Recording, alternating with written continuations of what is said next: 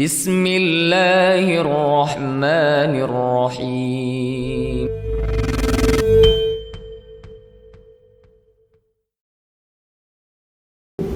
Bismillahirrahmanirrahim. Assalamualaikum warahmatullahi wabarakatuh. Alhamdulillah wassalatu wassalamu ala Rasulillah wa ala alihi wa ashabihi wa mawalah, wala haula wala quwwata illa billah. Sahabat Miyas Media yang semoga Allah Subhanahu wa taala memudahkan perjuangan kita di bulan yang penuh berkah ini dalam mendekatkan diri kepada Allah Subhanahu wa taala.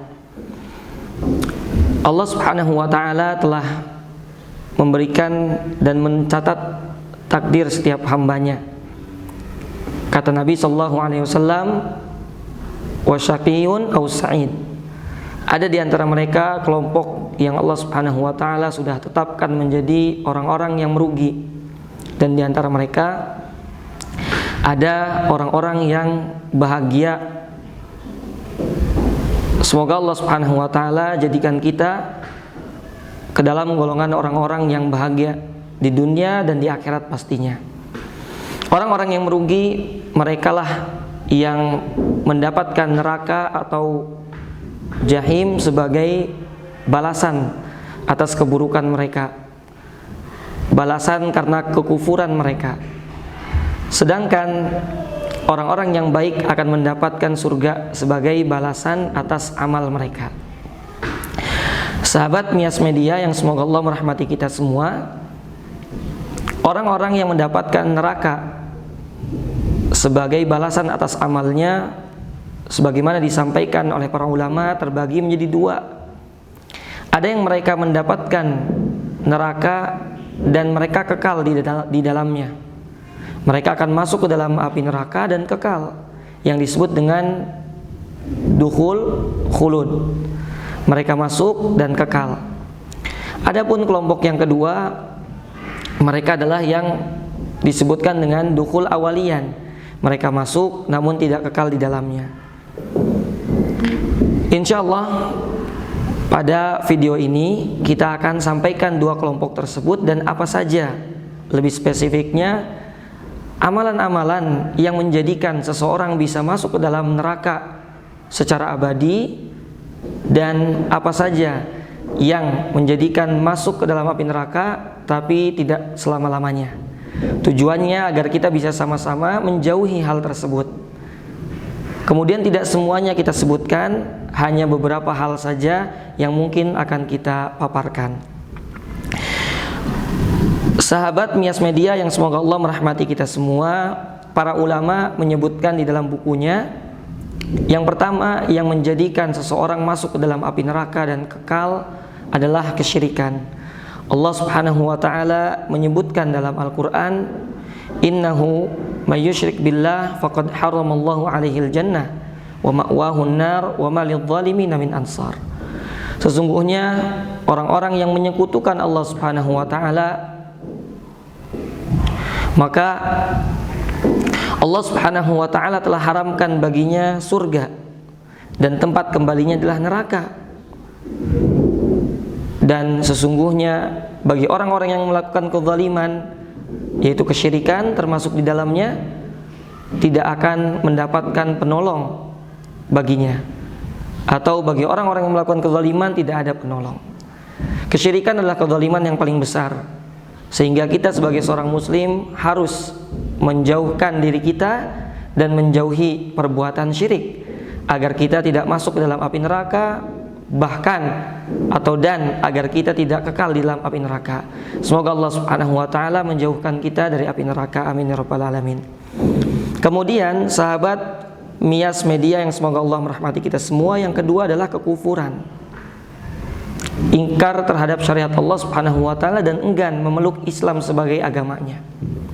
Kufur kepada Allah Subhanahu wa taala, kufur kepada Nabi sallallahu alaihi wasallam, dan kufur terhadap syariat-syariat Allah Subhanahu wa taala.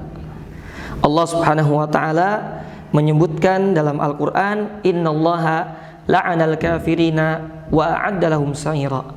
Sesungguhnya Allah Subhanahu wa taala telah melaknat orang-orang kafir dan menyediakan bagi mereka neraka yang panas, neraka yang apinya menyala-nyala. Maka semoga Allah Subhanahu wa taala selain menyelamatkan kita dari kesyirikan, Allah Subhanahu wa taala juga menyelamatkan kita dari kekufuran.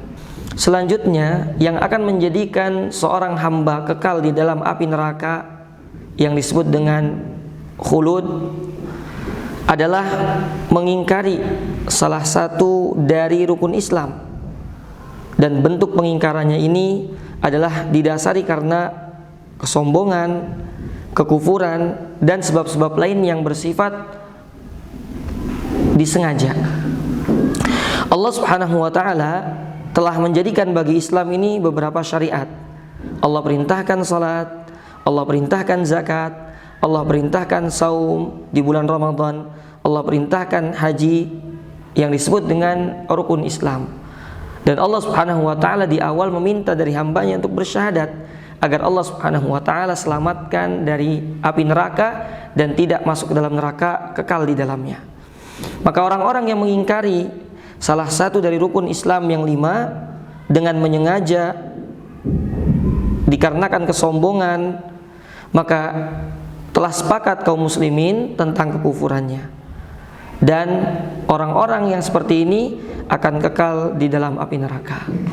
Maka teman-teman sekalian rahimani Allah wa iyyakum, ya, itulah 3 hal yang menjadi sebab, walaupun hanya sebagian, menjadi sebab seseorang kekal di dalam api neraka.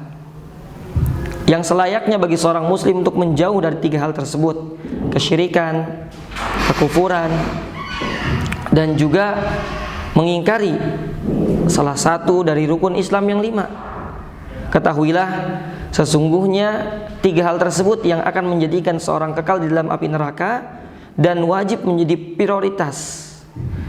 prioritas permintaan kita, sehingga Allah Subhanahu wa taala menjauhkan kita dari 3 hal tersebut, sehingga Allah Subhanahu wa taala memasukkan kita ke dalam surganya dan menjauhkan kita dari api neraka, apalagi sampai kekal di dalamnya. Kiranya itu yang bisa saya sampaikan.